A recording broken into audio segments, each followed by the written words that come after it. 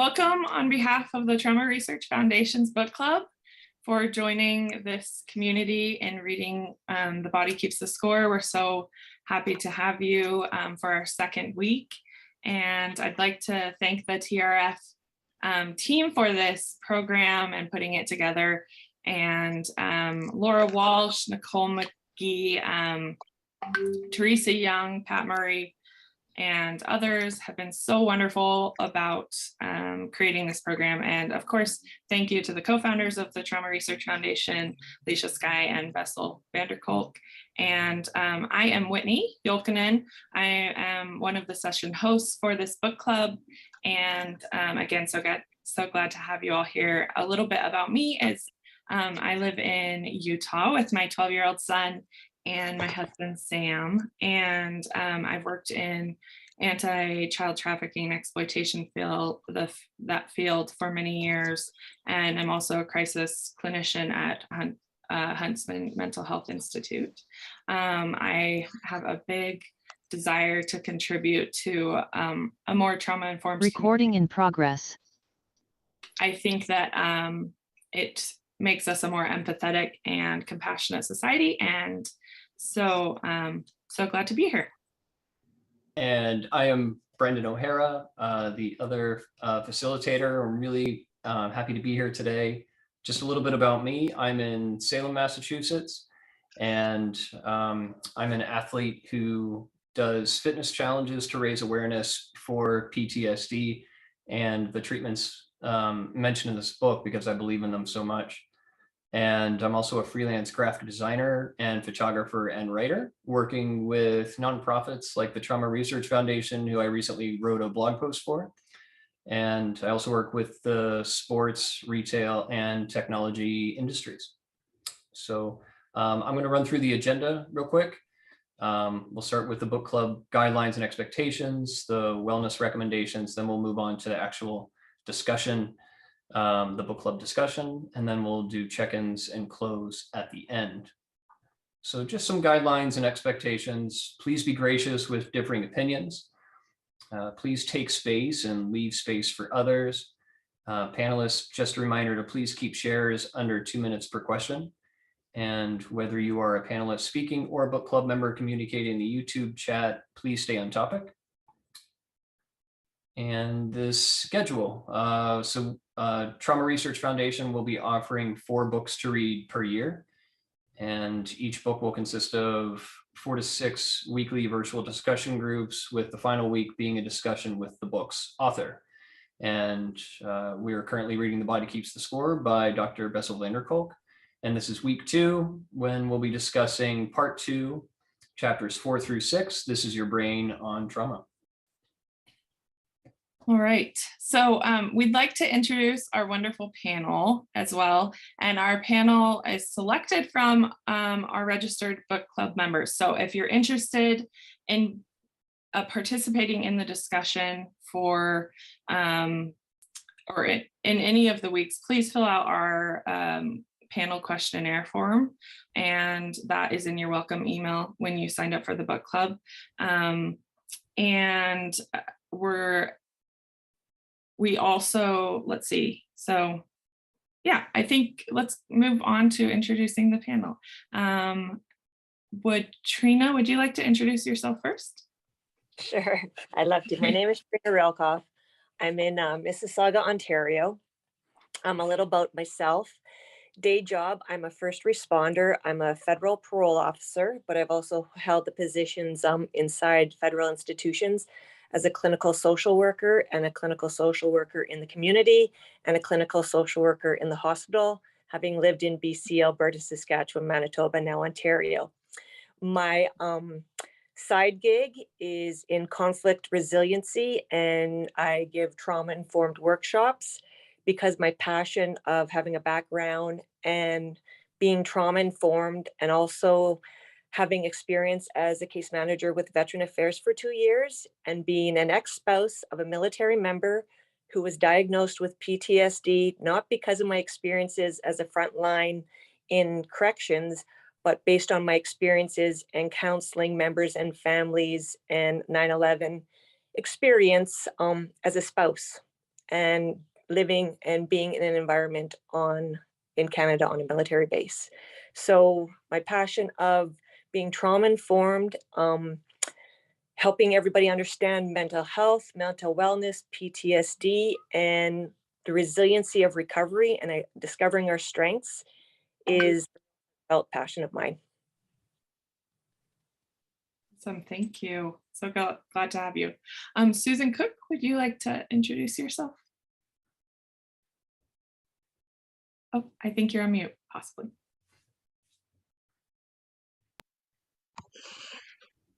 My name is Susan Cook. I live in Maine.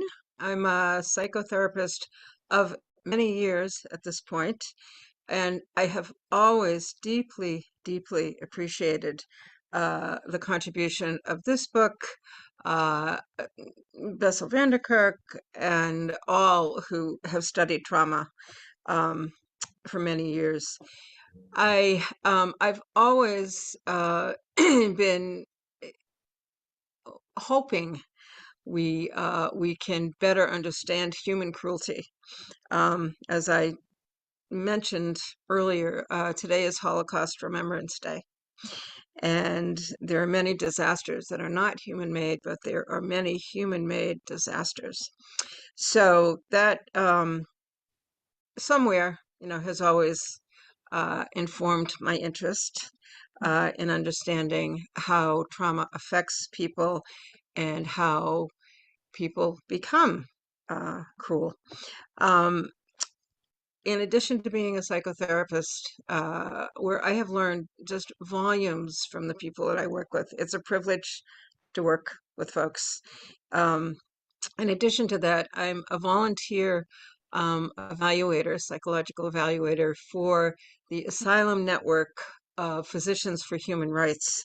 And in doing that, I basically document and create an affidavit that is the narrative of people who are seeking asylum in this country, which from Mexico, from the Democratic Republic of Congo, from Rwanda, from Burundi, many, many, many places. I've been doing it for quite a while.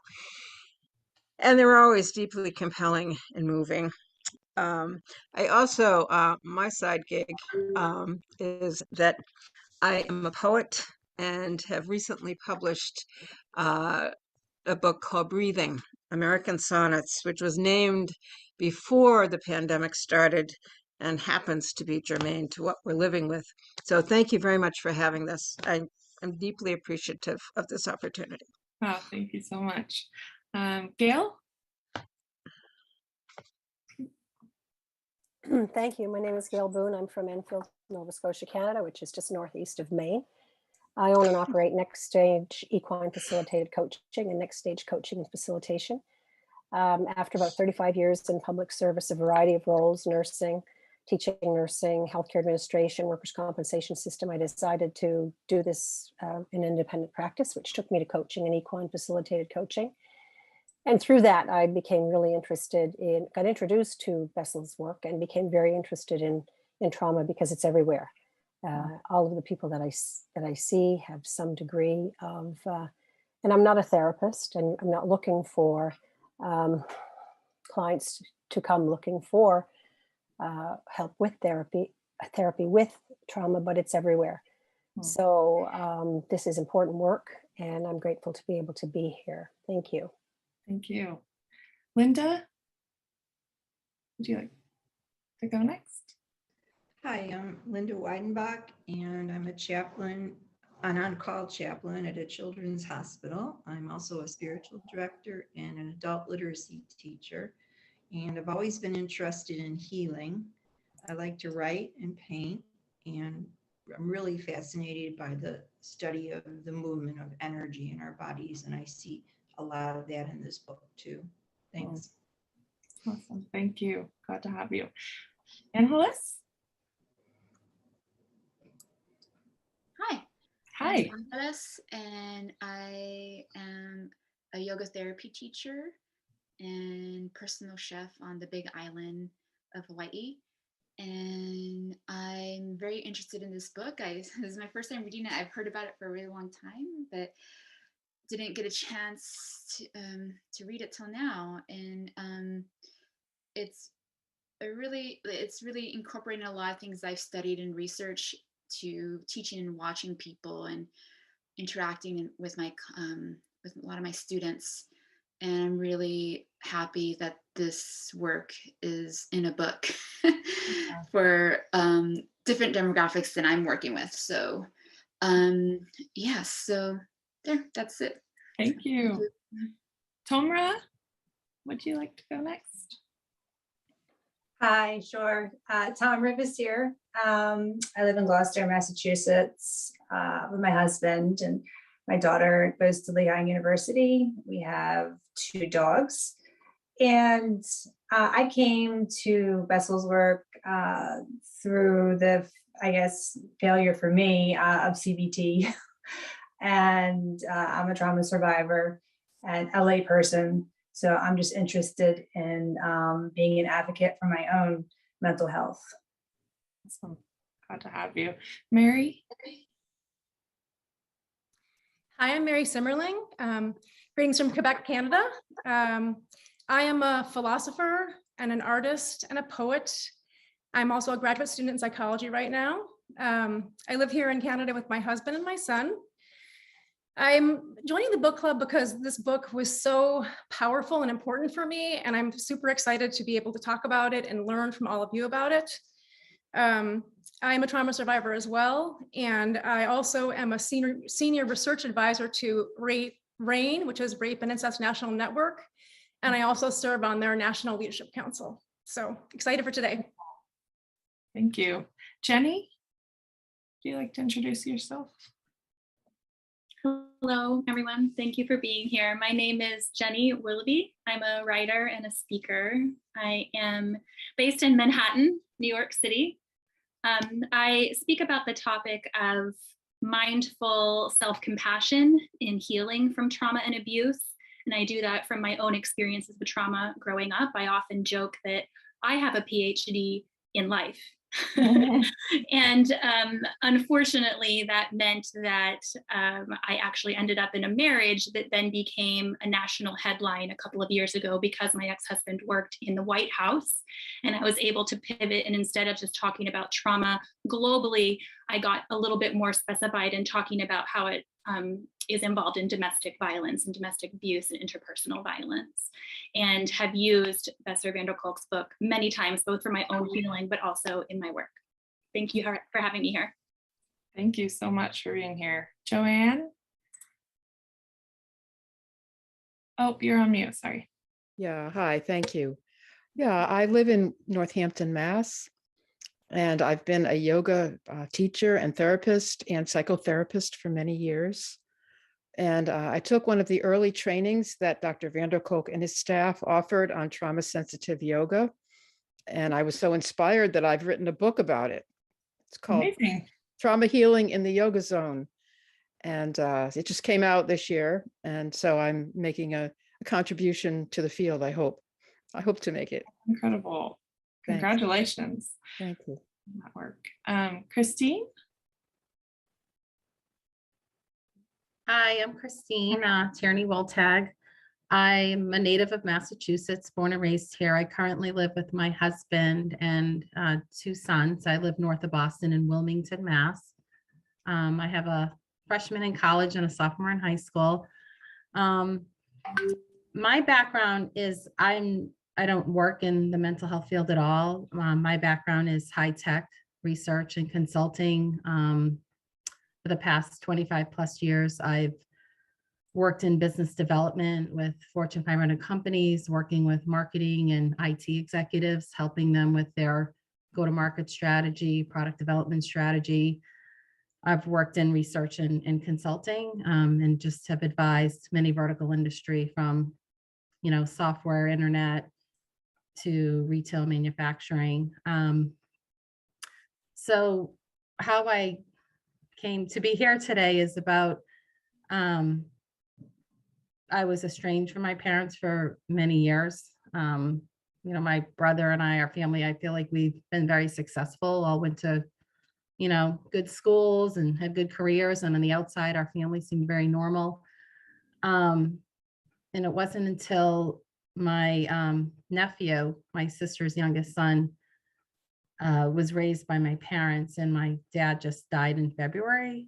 And so I came back into the life to try and help my nephew, who is suffering from complex PTSD. So I feel like I've been a survivor my whole life and very successful in the corporate world. But now I'm thrown back into stuff that I guess I thought I was, I think I still am doing well, but it's very triggering for me trying to help my nephew. Yeah. And so we were working with the Justice Resource Institute, and the in-home therapist introduced us to The Body Keeps the Score, which I've read in its entirety, and I've referenced it quite a bit to help advocate for my nephew and to help him get the supports that he needs. So this book it was really groundbreaking for me. And, we come from our family, a history of alcoholism, and a lot of adult children, consider this an adult child book. Because when you grow up in that environment, it's trauma, the abuse that you endure.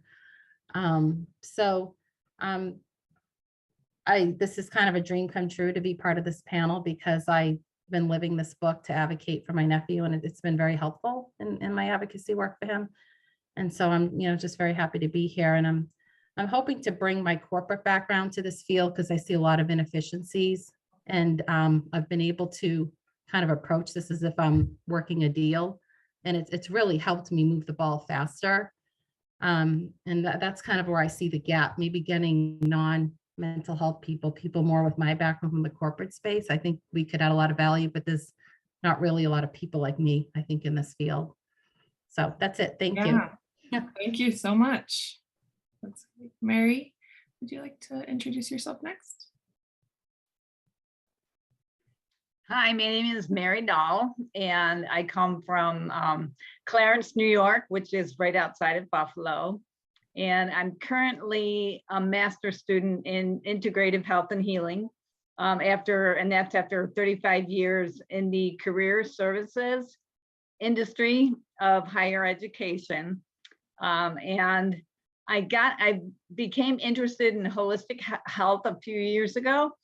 And after traumatic events in my personal and my professional life in 2016, I was diagnosed with MS. And that was also after being in the mental health system for 18 years.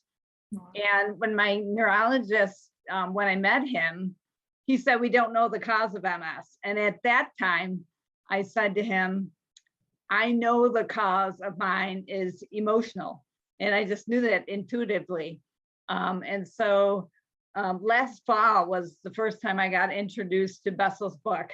And I said, I knew it was so affirming. So I really like the work, and I hope when I graduate to use the compassionate therapies and the trauma work that Bessel's been doing as an example to help other people.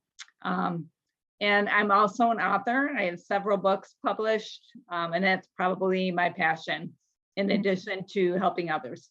So thank you for the honor of being here today. Thank you so much for being here. Kim. I'm Kimberly Cohen, and I actually live a few minutes away from Whitney. I discovered Bessel van der Kolk 2015, something like that. And I'm a survivor. I of human trafficking, of satanic ritual abuse, I have DID, all the big long spectrum of CPTSD stuff that no one knows what to do about. I've been labeled unwilling, non-compliant, all the things. And this book was the first time I ever felt like that it wasn't a matter of will, it was actually a result of circumstance, of things that happened, and that I was reacting to it. And so I am the founder of a nonprofit, the Healing Center for Complex Trauma. I'm also an endurance athlete, Brendan, so we'll have to talk. Artist, author, all those things. But because I've been on the outskirts, not able to find help, not able to find sustainable help, especially, but it's my mission to discover and then bring forth those avenues for people to heal. The understanding, I work with police departments, I work with providers in helping them understand and respond to trauma in an appropriate and healing way. So I'm honored to be here. This book literally, it kind of gave me life. It made me, again, not feel like I was just innately damaged because of character, but as a result of trauma. So I'm a fighter. I go. I'll find a way if there isn't one. So thanks for having me. Awesome. Thanks so much. Sidra? Would you like to introduce yourself? I think you're on mute. Sidra?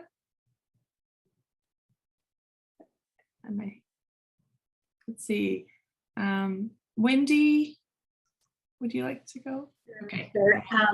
I'm Wendy Tuck. I'm from Parkersburg, West Virginia, born and raised in the South and then wandered up north. It's been different ever since.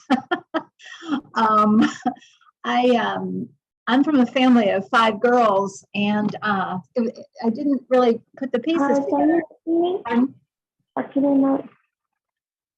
Oh, I'm sorry. Yes. Oh, okay.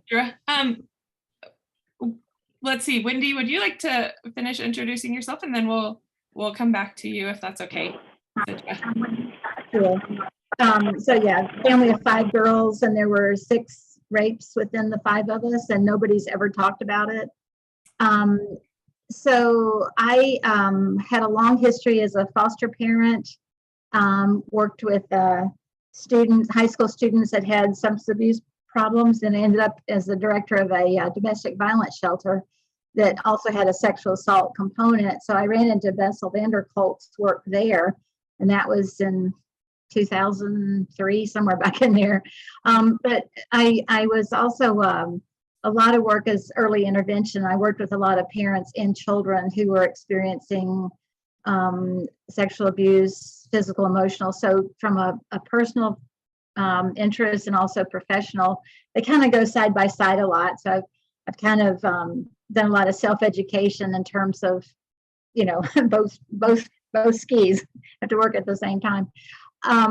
But currently I'm a city councilor in the city of Parkersburg, and I try to find ways to bring trauma-informed anything to everything. So Bessel has been a great resource, and I enjoy this book and this study a lot. So thank you for having me. Thank you. Sidra, would you like to introduce yourself now? Thank you. Sorry about that.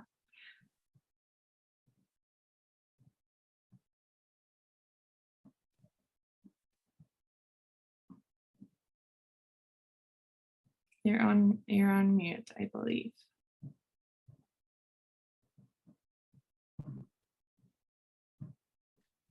She might be experiencing a delay.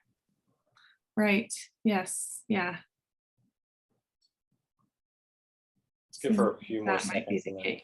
Yeah. Thanks, Pat. Can you hear me? Yes. Okay. My name is Sidra, and I'm from Pakistan.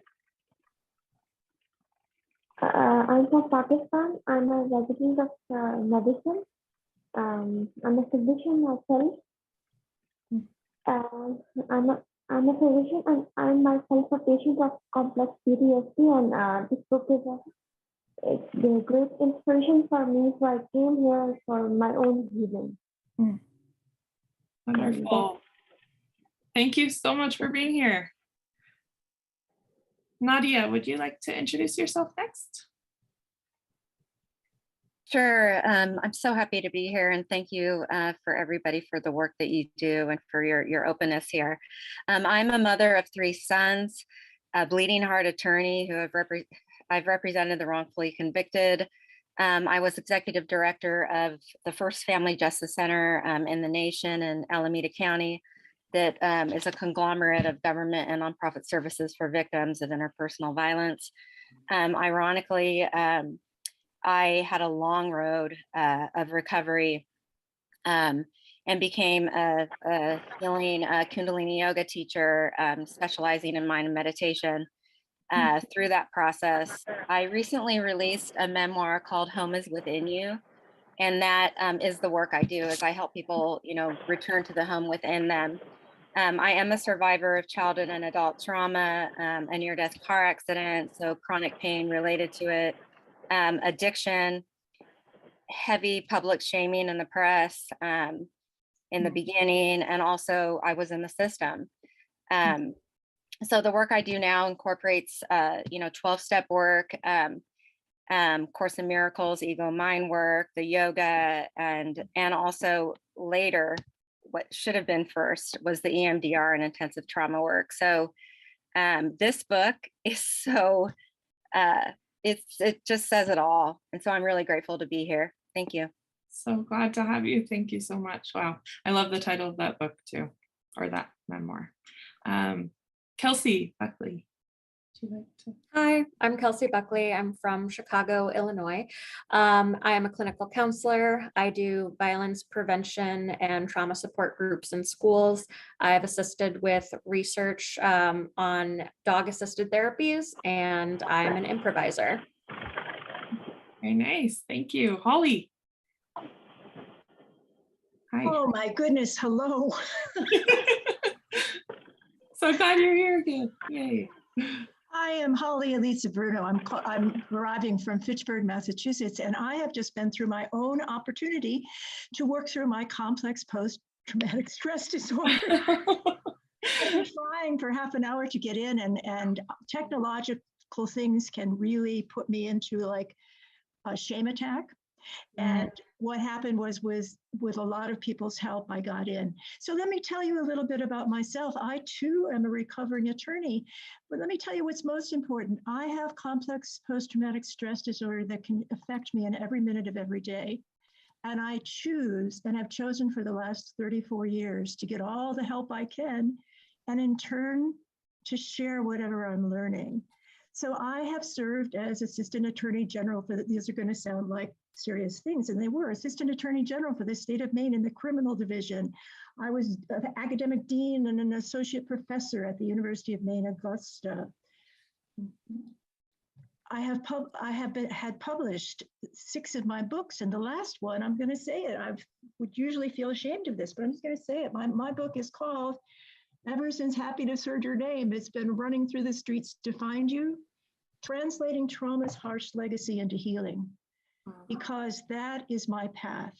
And what I do now is work internationally. You ready for this? I work with people who provide care and education to young children, particularly those that are traumatized around the world, so that the people who are working with young children can look at our own trauma, just as I have, and to be as open-hearted as possible, so that we can greet those children and the people who run those programs internationally, greet them learning from our own trauma and not projecting it onto other people. So that's my hope. And so thank you for dealing with my, and it's great. All my fellow panelists, it's so good to hear from you all. I'm so glad to be back. Thank you.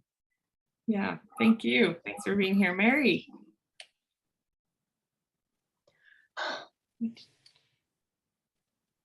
Would you like to introduce yourself, Mary? And then I think think you got both Marys. Mary Simmering. Mary. I introduced myself already. Thanks. You got oh yeah, that's right. And we got sorry, the screen moved a little bit. And Linda, let's see. I think. Yeah, I introduced myself. Oh, I see you twice here. Sorry. Yes, I wasn't sure if that was someone else, but I see it's the same last name. Okay, thank you so much. And we will move forward now, and we're so glad to have all our panelists here. Hearing all your backgrounds has been wonderful, and thank you so much for sharing and your openness. I'd like to also mention one thing just about how members of the book club who are viewing on YouTube can participate if you subscribe. then you can comment in the comment sections, and feel free to introduce yourself there. As book club members, we'd love to hear from you. If you'd like to tell us your name and where you're from. And then other ways to get involved, we do have the book club app, where you can participate in discussions, and you can see the upcoming sessions that we have there. And yeah, I think we will go from there. Thanks so much. Thanks, Whitney. So we'll move on to the discussion, the actual discussion questions. Sorry, can I interrupt you for 1 second? Sure, I wanted to go over the wellness recommendations as well. Oh, sure, sure. Right ahead, Whitney. So just to be aware, there may be some triggering content, so wanted to give that warning. Some of the topics are difficult, and please feel free to take a pause if you need, and take care of yourself. We've listed some suggestions here if you're feeling triggered or noticing any sensations, any tension in your body or clutter in your mind. Those are some of the first indicators that you might be having that response. So please feel free to take a pause, get a drink of water, or whatever you need. Thank you. Great. Excellent. Thanks, Whitney. So, okay. So with that, we'll move on to the discussion questions. And the first question is, what insights have you gained in understanding the mind and brain connection in relation to the impacts of trauma? Is there anybody that would like to virtually raise their hand? And Kimberly, you have your hand raised. Yes, okay. So I was not familiar with the brain structure at all. Oh, I'm starting my timer, 2 minutes. And I was fascinated to understand that the brain does form from, the bottom up, that the reptilian brain, the need and desire and just hunger for survival, just preempts everything else. And that prefrontal cortex, it literally shuts down. It goes offline. And so those instincts, I always said my brain is misfiring before I understood how. I kept saying, it's like I jump from here to here, and I don't know how I get there. I don't know why I can never, be in this middle space where there's reason and thinking and ability to act in a mindful way. And to understand that my brain was being kind of,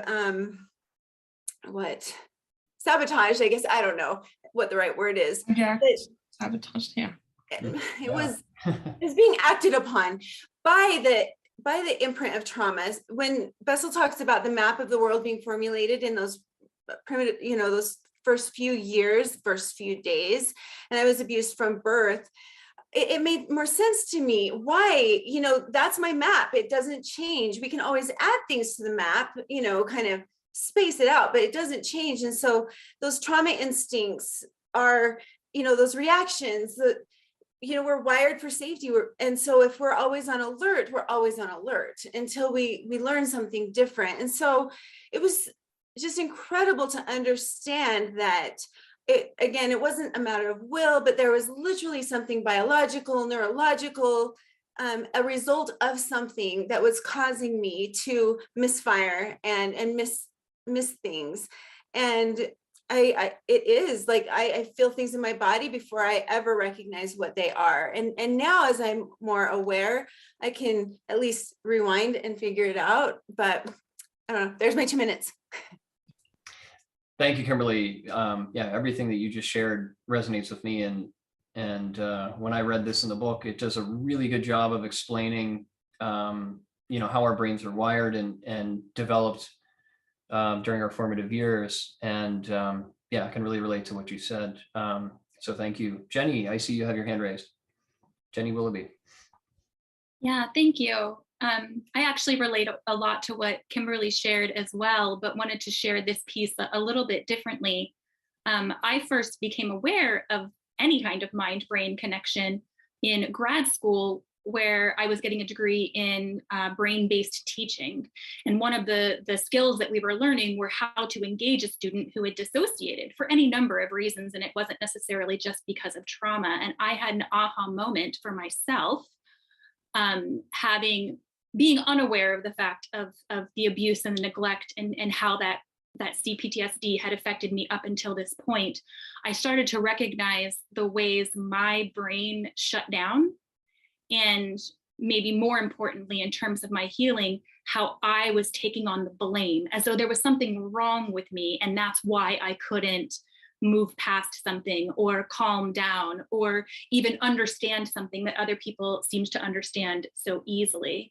And so making that mind-brain connection, that the pre-verbal trauma, the fight or flight trauma that arrests in your body makes you unable to access the prefrontal cortex long after that impact of trauma has passed, was very helpful for me.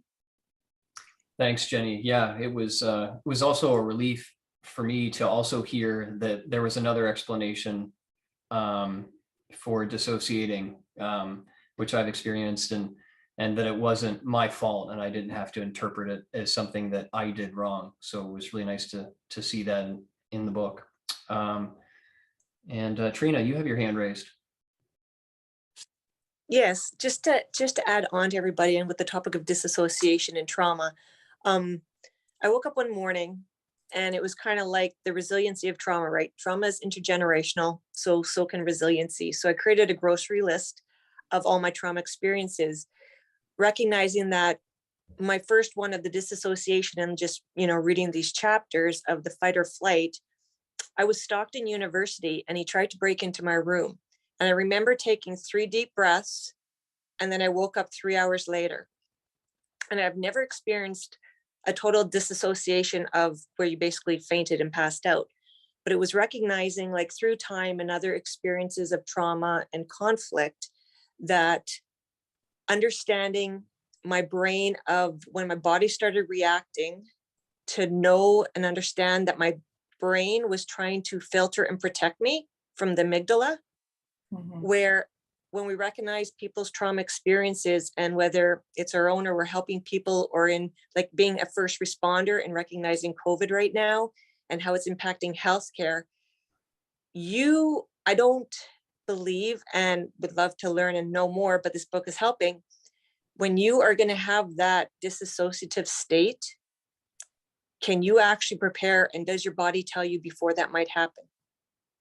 Or is the severity of some of the trauma that trauma growth, but it's still our protective factor? So again, coming from the first responder aspect of, having been threatened, stalked, and all that, is sometimes having that heightened trauma experiences a protective factor, depending on the roles you're in your career and profession, or even when you're in counseling high risk, unstable persons, right? Is it sometimes a protective factor?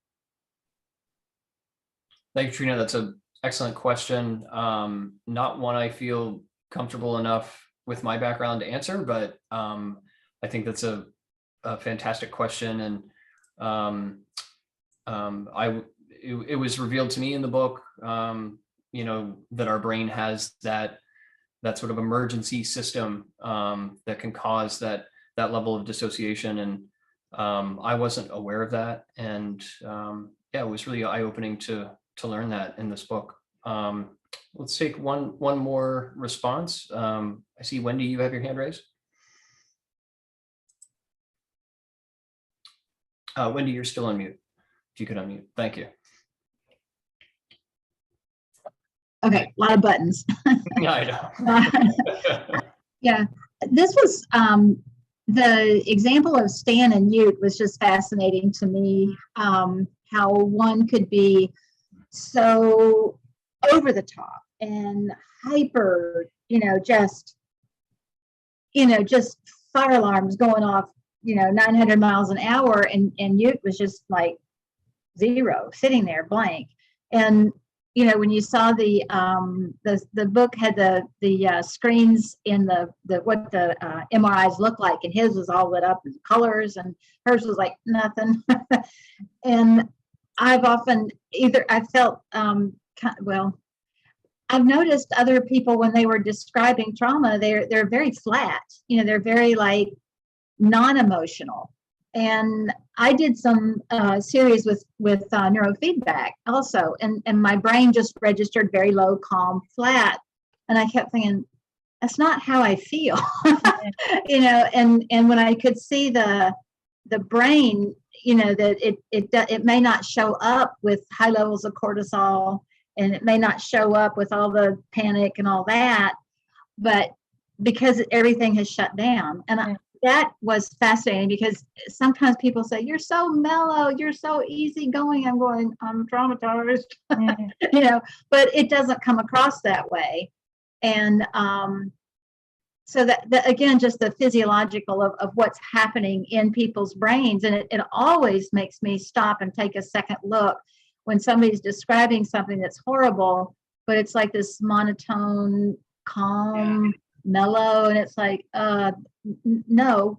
And probably, especially when I saw Ute's brain, I was thinking probably for people like that, the more traumatized they are, it's almost like the more calm they are. But it's a reverse dynamic, and I found that very, very helpful. Right.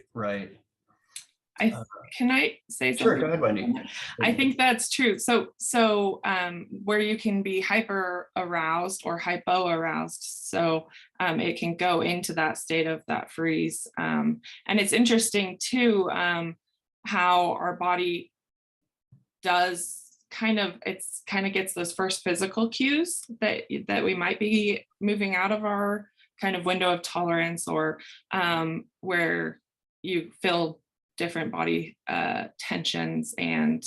But if I find it interesting that if you, due to trauma, are not very in tune with your body, then those might be hard signs to notice, kind of like in chapter 6 when the woman was seeing a massage therapist and she couldn't feel when her foot was being touched. So that's really something interesting to consider, how to notice those signs if we're separated from our bodies anyway.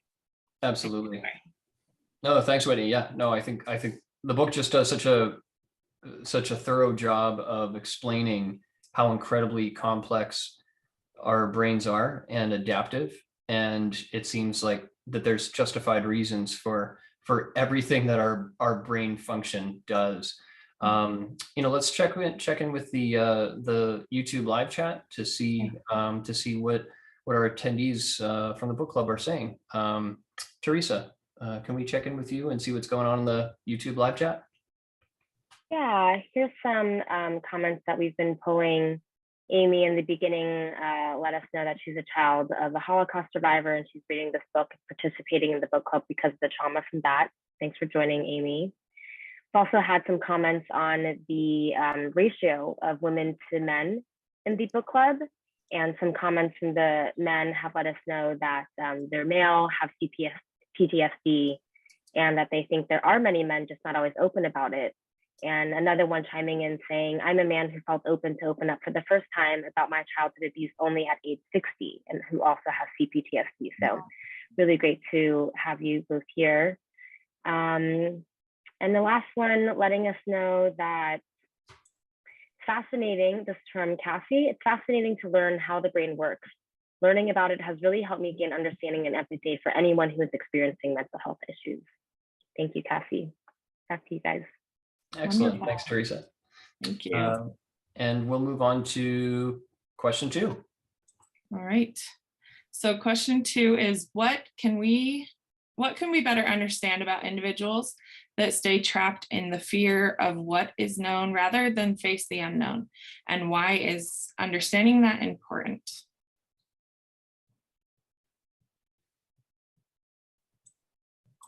Anyone like to give thoughts about that? Kim.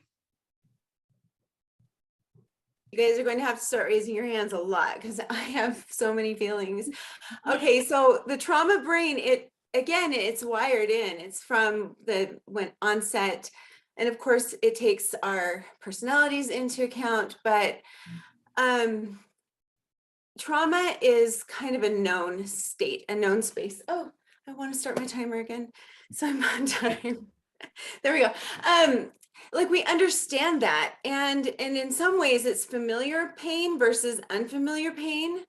And in order to heal, and Bessel does talk about this a lot, there has to be safety. There has to be the true ability to emerge from this pain, from this suffering into something different. And, you know, the ability to imagine and even consider that there could be something besides that suffering from trauma is a whole other state of in that healing journey. And so, and if trauma is preverbal, if someone has dissociated their trauma, they may not even know what is driving behavior or what is driving their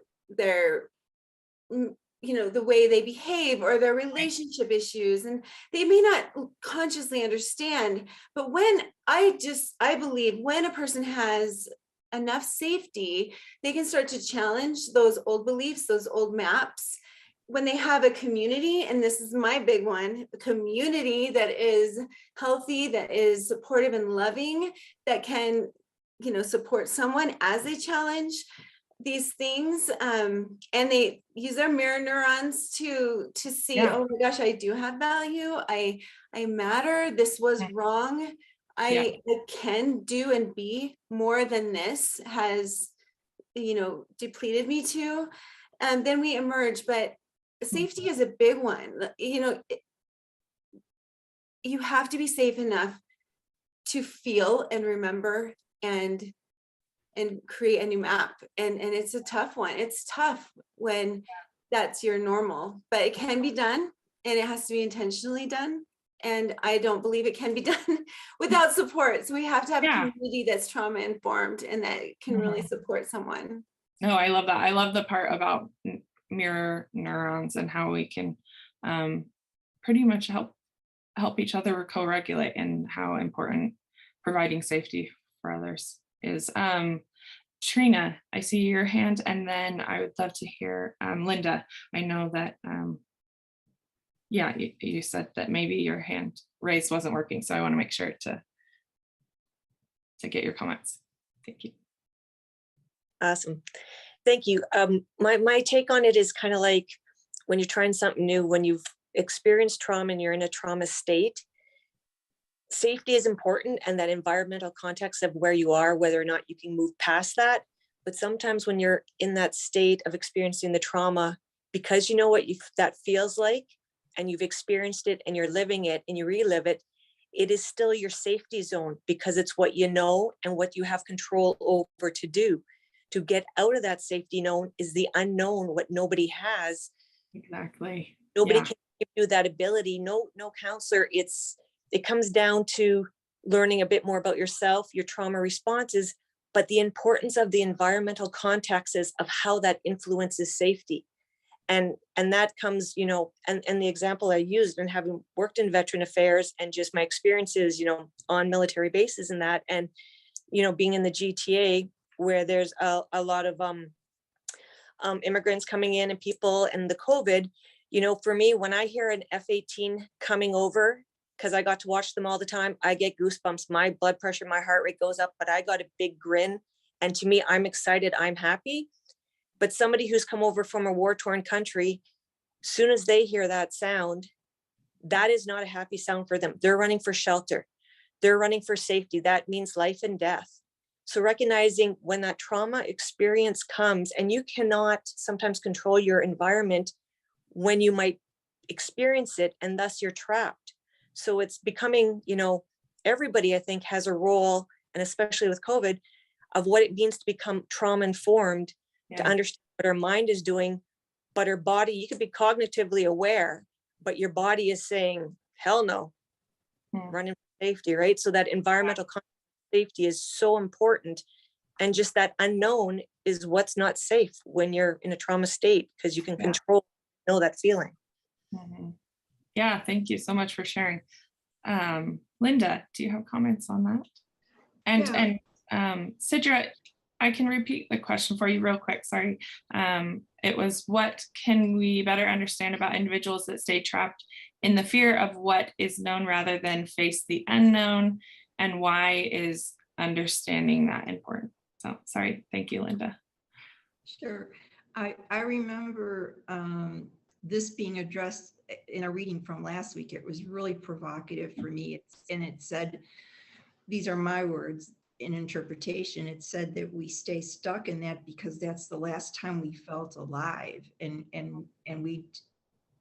I thought, oh, that's the last time we felt alive. So my point is that I think we need to use our prefrontal cortex to realize we need to heal. And then that's, as we all know, easier said than done. And in this week's reading, it talks about healing from the top down or the bottom up. And I'm sure they're both important, but that's why people stay trapped in the fear, partially because that's where they felt alive. And that's really sad for those people, us people in the present, when we're going through, when we're traumatized. So that's what I wanted to say. Thank you. Teresa, can we hear from some of the comments on the YouTube Live? Sure. So we had a number of comments come in around being able to detect in the body. So someone said, I think there is also the thought that when you've lived with the trauma for so long, you don't always realize there is something wrong. And that came in from Heather. And then we heard from Anne saying, being misread by others can be re-traumatizing. The dissonance of how it feels in body versus others' assumptions, conclusions on limited information, it leaves trauma survivors isolated. And one we're following up on that from Raven, until experiencing significant healing just before 50 years old, I could not detect subtle to moderate facial expressions in body language. Back to you. Awesome. Yeah, very good comments. Thank you so much. Okay, thanks, Teresa. Thanks, Whitney. So we'll move on to discussion question 3, which is, in what ways might we shift our inner equilibrium and physiology without the use of medication? Nadia, I see you have your hand up. This is a wonderful question.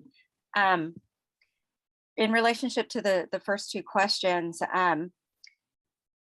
I know in my own path of recovery, I very much had to see that I am not a body nor my thoughts, and start like from a real basic standpoint before I can understand my brain neuron triggering, misfunction, and start to observe my thoughts. And most importantly, when I discovered that it was all coming from my brain, it helped me to see my mind is making shame. And not feel it, but observe it, which made me capable of creating more bonds and fixing that neural love code that Bessel refers to. And most importantly, building a connection with myself and my true self. And so he talks about this mohawk of self-awareness. And for me, and I know for the people that I work with and people in my fellowship, that the shifting the inner equilibrium and physiology without medication is starting at that basic fundamental truth that we are not bodies nor our thoughts, and we're actually infinite. We're not finite. And just sitting back and going, I entered the world that way. Now what happened after that? So it's really basic beginning. So it's a bit spiritual, but it also is so related to the brain and that neural love code. And so that's how we can shift it, is adding that into therapy and modern medicine. Thank you, Nadia. Some tremendous insight, and I can relate to that as well. And it was really nice to hear in the book that there are methods of breathing and other things that we can do without medication to help manage PTSD symptoms. So let's see who else we can call in here. Holly, how about you? You have your hand raised. Hey, I'm Holly Elisa. Let me start my time. Listen, I have reread and reread this book many times so that I can use it. And just last night, as I was rereading, I came upon something that my brain had not allowed me to see before. And that comes from Pavlov. And it's called the reflexive purpose. And so let me use that reflexive purpose conversation, which is, I think, around page 80, to talk with you about how I shift my inner equilibrium. And let me just offer, because I can only really speak about myself, let me offer what I'm doing right now. My brain is still in a cortisol and adrenaline state because of my trauma that I got reactivated just trying to figure out how to get here. So what's happening? The cortisol is flowing through my body, and that leads me to shame attacks, like I'm bad, I can't get this right. The adrenaline is causing my heart to still pound. Okay, notice what I'm doing. And thank you, Thich Nhat Hanh, who was with us until just a week ago, who taught me.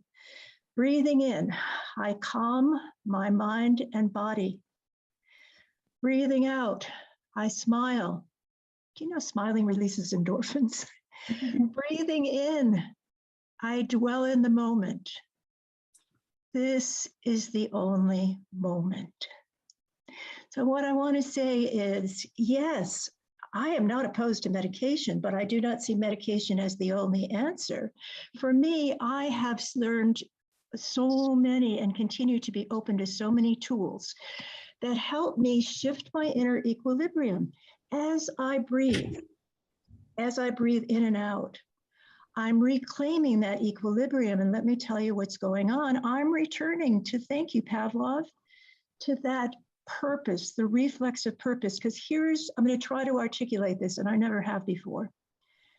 If I am being a survivor and not a person who's in the present, all I can think about is defending myself, and all you see is a shield. When instead, I say, Holly Elisa, sweetheart, open your heart right now. I think my time is just about up.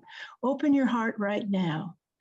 Breathe and let yourself know, let myself know, it's okay to be vulnerable. It's okay to just be me right now and to tell my heart's truth. Then I get back in touch with my purpose. And because my purpose I've come to see is not to be an attorney, it's not to be a professor, it's to be a person who, in truth telling, invites others to tell their truth freely too. Thank you. Absolutely. Thank you, Holly. Anya Lace, you have your hand raised as well. Hi, so I truly believe any way that encourages intimacy in yourself, in your body, your energy, whatever it is. And I mean, that's what I teach in my yoga therapy practice, is being intimate with their own selves. And that could take form in different ways. People don't have to do yoga therapy. They can do sports. They could lift weights. They could sing, be part of a choir. As long as there's this attunement happening that allows them to have an inner intimacy. And what I'm seeing this and with I feel like I need to address the second question to address this question. I've just seen over time, like working with people, relating to people who are children of the Manhattan Project, who started, like scientists who were trying to create peace in this world through chemicals. And their children, what level of trauma that they experience being children of people who aren't in their bodies, that are very in their heads. And then now, like I see what's beautiful is in the medical community, they're transforming, practitioners are transforming themselves so they can see and help other people transform them, because you cannot help others without doing the inner work. And this question, going into your side yourself, is so important, because when I was growing up in high school, I wanted to even though I was really great at math, I decided to study political science in college because I wanted to understand what happened in Rwanda, what happened in Cambodia, Ground Zero, and ultimately what this search led me to was that it starts with myself, with meditation. Like a lot of this violence starts, it happens collectively, but it starts with each person not being intimate with their own feelings, with their own fears, and not learning to self-regulate from there. And with Thich Nhat Hanh passing, he was one of my teachers, and I met him, and he's just like, his energy is just like very powerful, very visceral, and very simple too. And I just think inner practices, being intimate, meditation doesn't have to be spiritual. It could be religious, it could be whatever it is, but as long as it's attuned and it's attuned to what you need now at that moment. So, yeah. Thank you, Angeles. Yeah, those are, all those methods are, can be effective, and and the book does a great job of explaining that, and also describing the science behind why they're helpful, which sometimes can be a bit ambiguous. So it was great to have the book explain why these methods can be helpful in calming our inner equilibrium. Well, I think we could stay on this question for a really long time because it's such a good question, but we do have to move on in the interest of time. But before we move on to the next question, I just want to check in with Teresa to see what's going on in the YouTube live chat. Yeah, I've had really great comments coming in from everyone around their own recommendations. So from Terry, letting us know, first is set up a network of support, and second is have a place to play safely. And then we heard from Nikita, very mindful meditative practice helps to stay in the space between the thoughts and identify more with the truth or space beyond the physical body. And Nadine, actually one of our panelists, would suggest in our chat that the power of sound and mantra can dramatically shift equilibrium in physiology. And one more from Sidra, since we haven't been able to hear from her audioly. She's saying, few familiar voices of your friends or loved ones also bring harmony. Back to you. Excellent. Thanks, Teresa. So moving on to question 4. All right. And I wanted to just check in briefly with everyone. Holly's really great at reminding me of that, to kind of tune into myself and make sure we're all taking care of ourselves, taking a deep breath or getting a drink. Because these topics can be a bit retriggering and difficult. So yeah, just wanted to mention that. And then question 4 is, how does one find safety in their body when reconnection to the body is intensely painful and retriggering? I think this is such an important question. And let's see from our panel, Holly. Yes, let me start my timer. Oh my goodness. I am going to just tell the truth here. I am an incest survivor. And as an incest survivor, I had no safety. I had no safety. And my father, who was the incestor, was also a narcissist. So he really didn't have any awareness of the impact he was having on me and my sisters. My mother was psychotic and could not help. And so when I look at this question, how do I find safety? Ooh, a hard one. Yeah, it's a hard one, and it's a great one. And I was interviewing myself, one of the authors of the ACEs study, Dr. John Medina, and I asked him at the end. I said, John, there are a lot of people who work with young children listening to this broadcast. Can you tell us what's the one most important thing we can offer young children and people who work with young children who are traumatized? I thought, and I would invite everybody who's listening, what would you guys say? When you were a young child, what's the most important thing you needed to have and hear from other people? I thought Dr. John Medina was going to say, unconditional love, because that's what my heart was just craving for that. Because if I felt loved, I'd feel safe. What Dr. Medina said was, no, Holly Elisa, it is safety. So how do I find safety when I'm so hardwired? It's a spiritual thing. And I'm not talking religion when I'm talking spirituality. I'm talking about having the trust in my true self. I'm not religious. I don't have a spiritual source. I can say, God, help me with this. But I do have great faith in the goodness of people.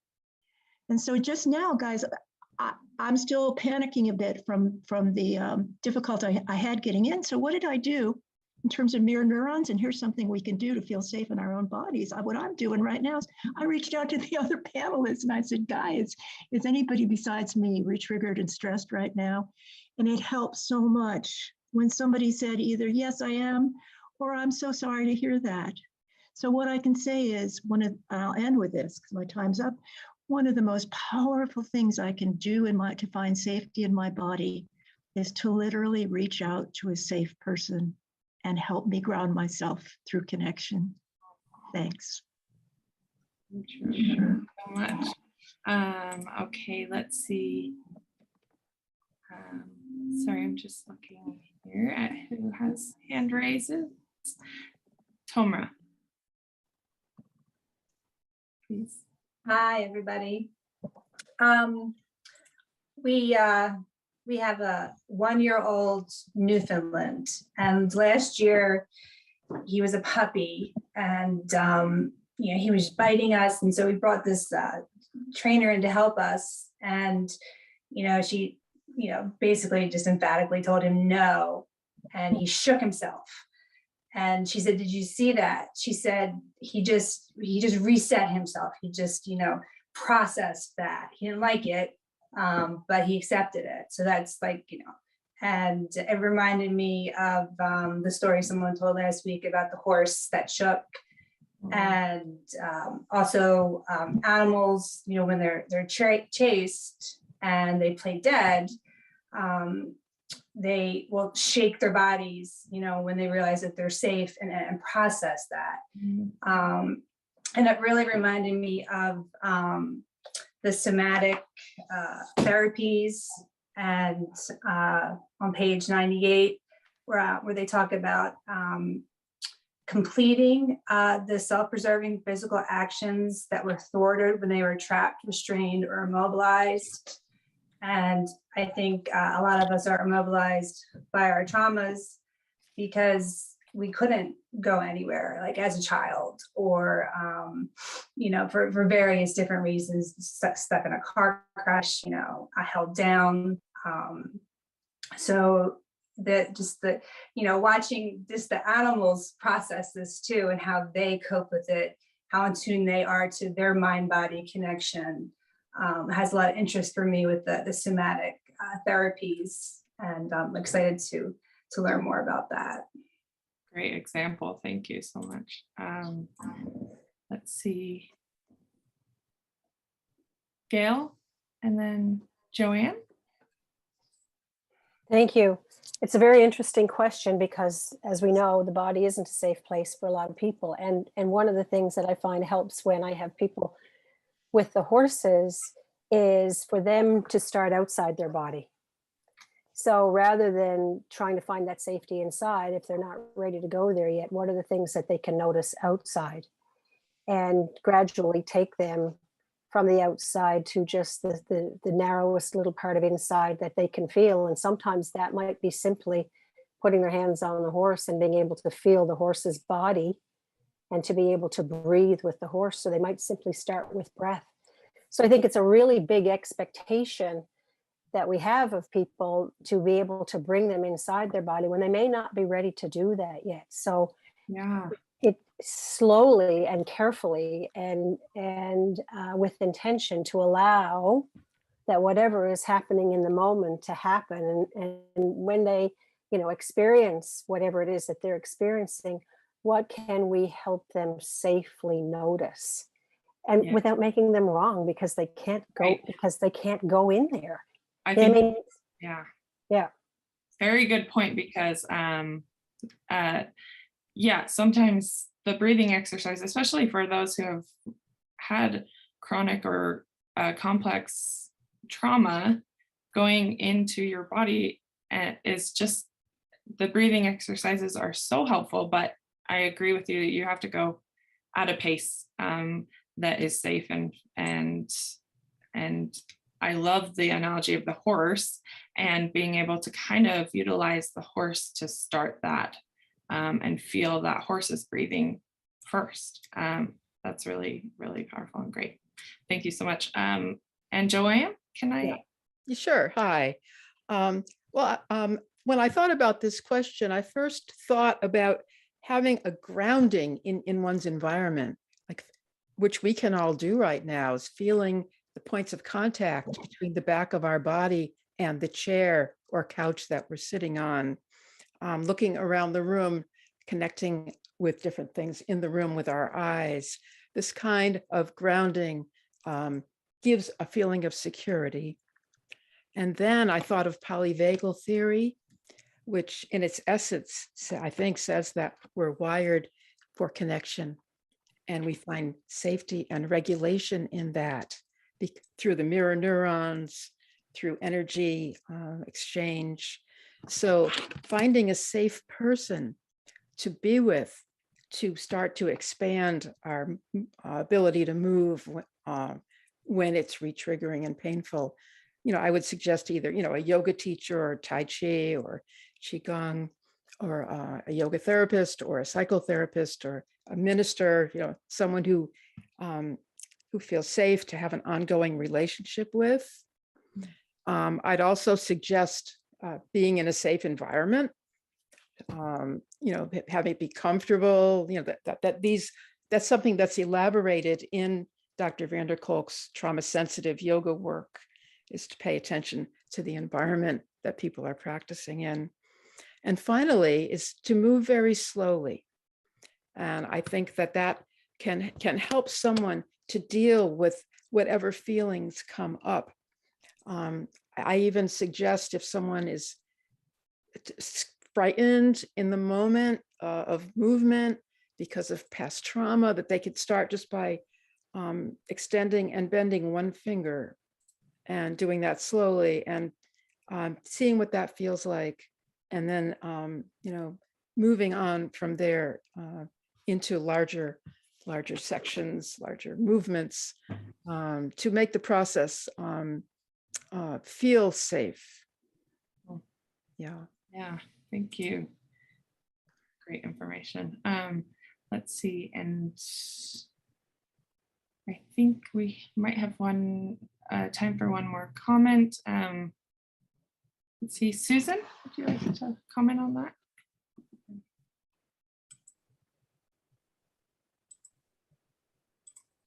Oh, you're on mute. I'm sorry.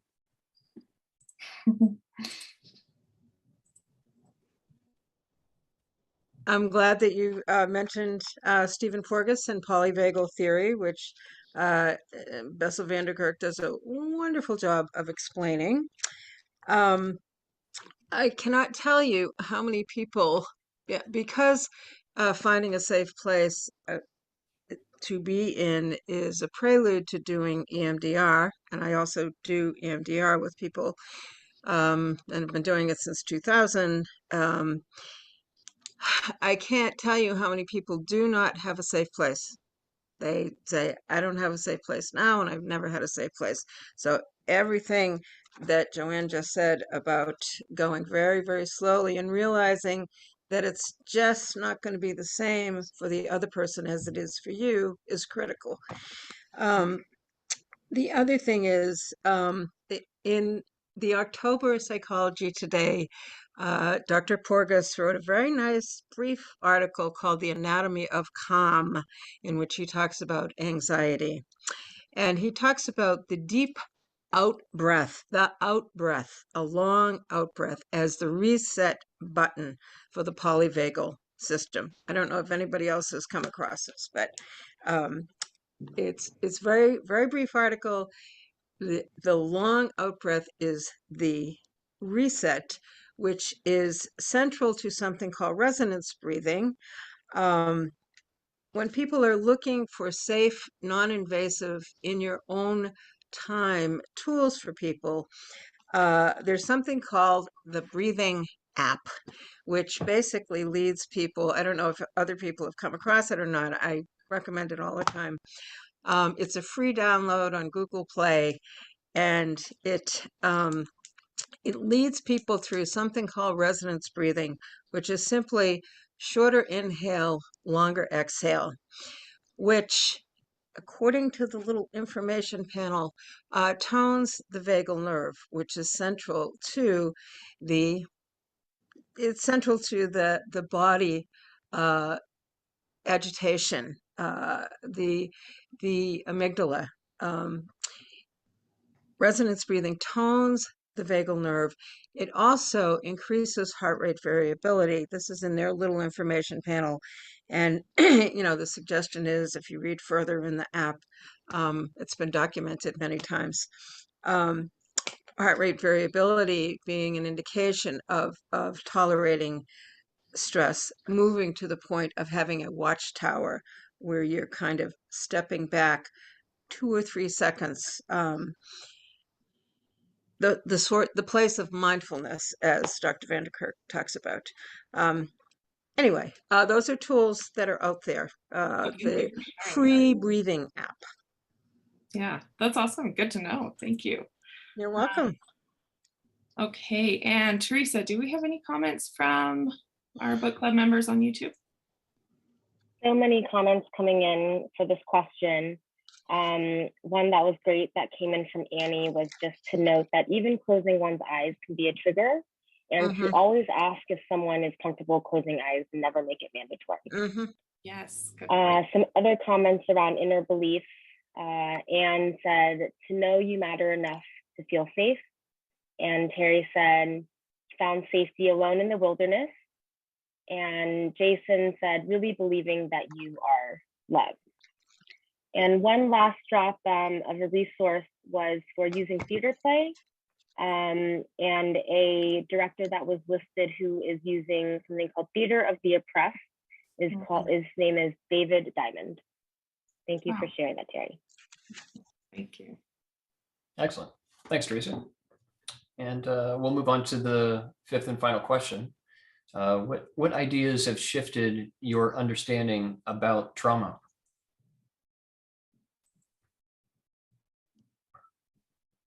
Let's go through and see who has their hand raised.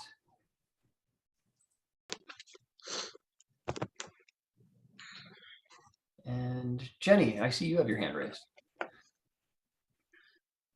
Yeah, hi, thank you. I feel like this is actually a perfect full circle moment because I'm going to sort of readdress what I mentioned in question 1. Oh, great. And that is awareness. Like the awareness of trauma shifted everything for me. And as I started doing more intense therapy, specific trauma-informed therapy, specifically EMDR, being able to even have the language to say, I was abused, I was neglected, was not something that was available to me until I started understanding a little bit more about trauma. And I'll follow that with an anecdote that I think also relates to how we incorporate like our body safety. And that also is like the allowing your body to not be okay. The panic sets in when we feel the nervous system engaged and we think, oh my God, something's wrong. We fight or flight. It's like we said, it's the reptilian brain. And when we bring awareness to that, we can say, it's actually okay to not be okay. The anecdote is I broke my finger several years ago. It slammed in a partition and got crushed, horrible pain. After it was reset, I was up all night in agony and I thought for sure something was wrong. They said it wrong. It was on fire. I made an emergency appointment the next morning to go have my finger checked out. They did the x-rays. The surgeon came in and assessed everything and they said, no, that your finger's fine. And that actually sounds like the correct level of pain for that level of breakage. And as soon as they told me that, I went, oh, so that's what a broken finger is supposed to feel like. And how that related then to trauma was, as I started to get deeper into EMDR, when I would start to have the panic feelings and the hypervigilant nervous system feelings and the knee-jerk reaction of this is not okay, something's not right, I need to run, I need to scream. And then I went, oh wait, no, this has just been my baseline for my entire life. This is what trauma feels like. And I can accept that as the reality of what my body is going through rather than a real danger. And the more that I've leaned into that, the more that I've been able to continue to allow that trauma to reprocess itself within my own body. Thank you, Jenny. Yeah, I can really relate to that as well. And it's the awareness portion of your share, and almost like there's an a BC and an AD sort of straddling my life, you know, like, and BC is before I read this book, and I feel like I was going through like much of my life without that awareness, and then this book created that awareness, and things have just changed so profoundly and since I've read it. So so thank you, Jenny. I really appreciate that. And Mary Dahl, you have your hand raised. Hi. I really like this question because it brought about my experience in, I was in a marriage for 18 years and watching my former husband scream and rage at my children.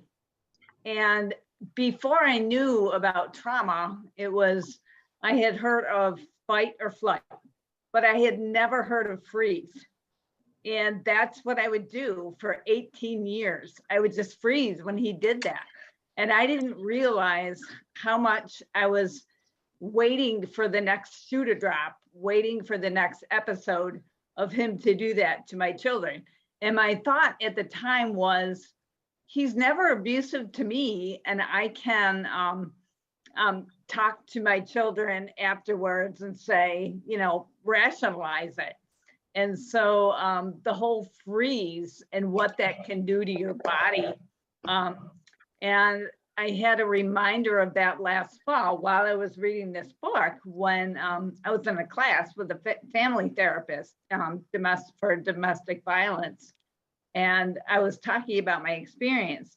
And she said to me, when was the last time you expressed anger?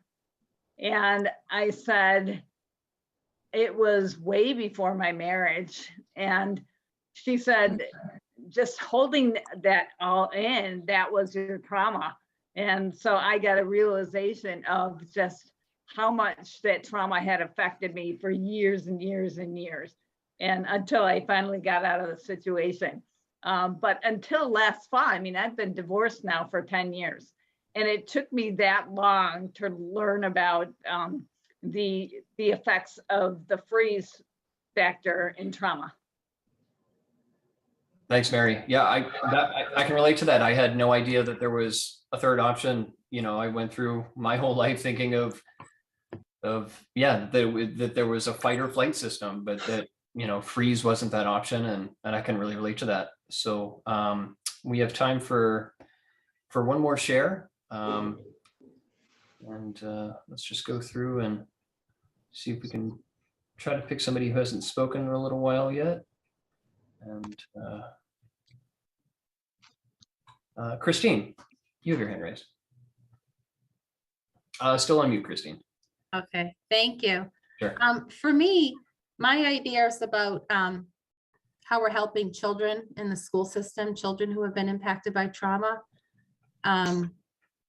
It's really been eye-opening for me. And Dr. Bessel van der Kolk talks about at the end of chapter 5, at the top, if it's okay, if I could just read what he says here. Of course, go ahead.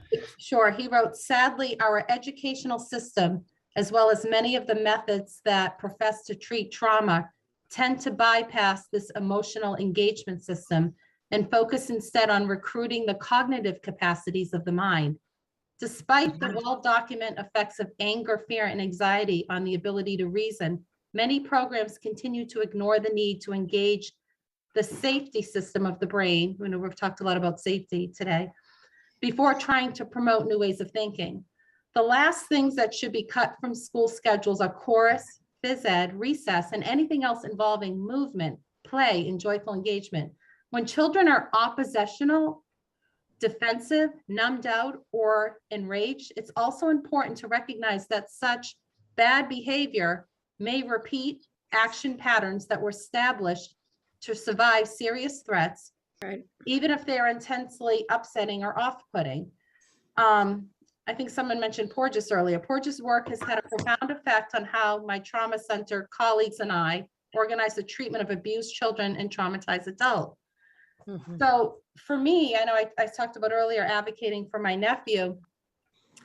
The schools, you know, the social workers, the guidance counselors, they're really not trained or willing to really look at this because of the cost factor.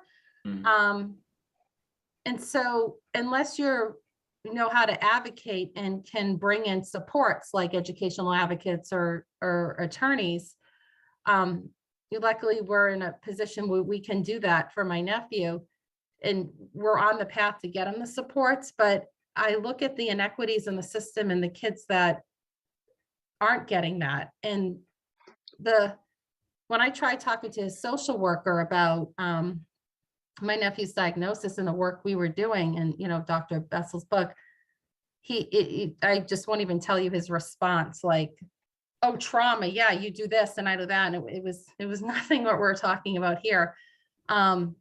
There are therapeutic residential schools. There are places that kids can be safe, and they offer sensomotor therapy, they offer SMART, they offer neurofeedback, trauma-informed yoga, equine therapy.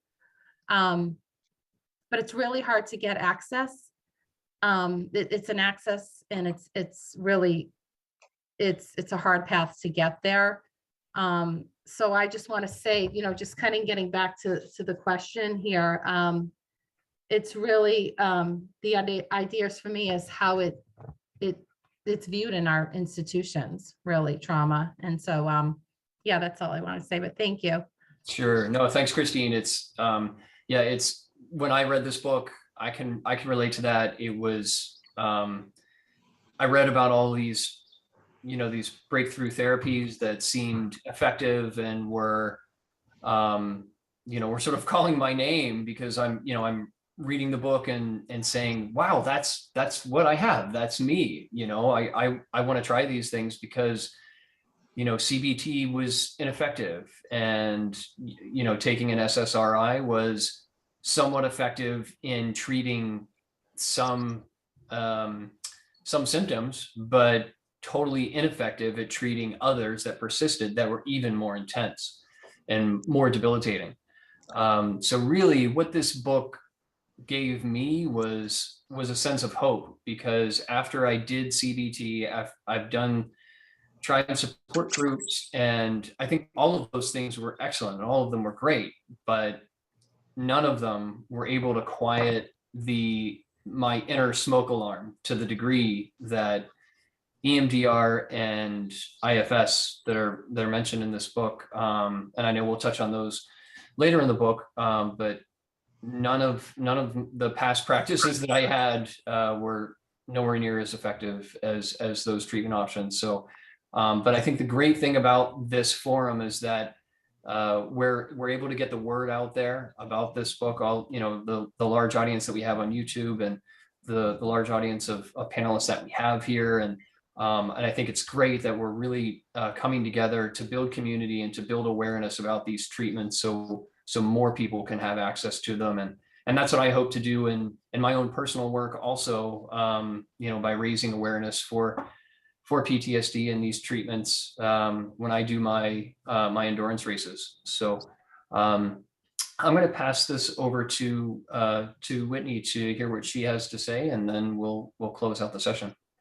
Oh, thank you. Well, I just want to say I really enjoyed hearing from you all, and I wish we could have got to all of you for every question. I so appreciate all the comments made in the YouTube channel. And the thing that I keep coming back to from comments is kind of about resistance, and how a lot of times if we you know, I use this analogy sometimes with youth I work with. If I tell you to not think of a pink elephant, of course, that's all you can think of is a pink elephant. And the more you push it away, the more ever present it is. And so sometimes when we can safely allow things to be there, sometimes that helps soothe it a little bit and not be giving so much energy to it. And also just coming back to empathy and seeking understanding, because so many things we won't understand what someone's experiencing, from a hanker or a certain color of a shirt might trigger someone because of their experience and push them back into that memory where they are having to relive that experience of trauma over again in very real ways, in every way, in their body and minds. And so just trying to seek understanding and have that empathy will help us be a more trauma-informed society that can help each other co-regulate and provide safety. And I think even if we are safe, understanding and seeking that understanding is really important, because they might, the individual we're with might not perceive us as safe. So anyway, those are just some of my thoughts, and I really appreciate everyone being here. Thanks, Whitney. Laura, did you want to chime in? Yes, so I just wanted to thank you on behalf of Trauma Research Foundation. Thank you to each and every person that showed up tonight, everyone who shared in the comment section on YouTube, and to our wonderful panelists, and especially also to Whitney and Brendan for facilitating us this evening. And I just wanted to let you know that if you want to be on our panel, you are invited to apply. We are open and we welcome your application. And so there's been a questionnaire dropped into the chat several times. You'll be receiving an email tomorrow and again next week, reminding you of the book club. Next week, we'll be studying it's week 3 of the book club. We'll be studying part 3 of The Body Keeps the Score. So you can watch for that email and look for the questionnaire if you're interested in being a panelist. And being on the panel does give you an opportunity to possibly be enrolled in the final session when Bessel will be joining us. So again, thank you so much for being here. It's been wonderful, and have a wonderful rest of your day. Thanks. Good night. Thank you. Good night. Good night. Thank you. Okay, the stream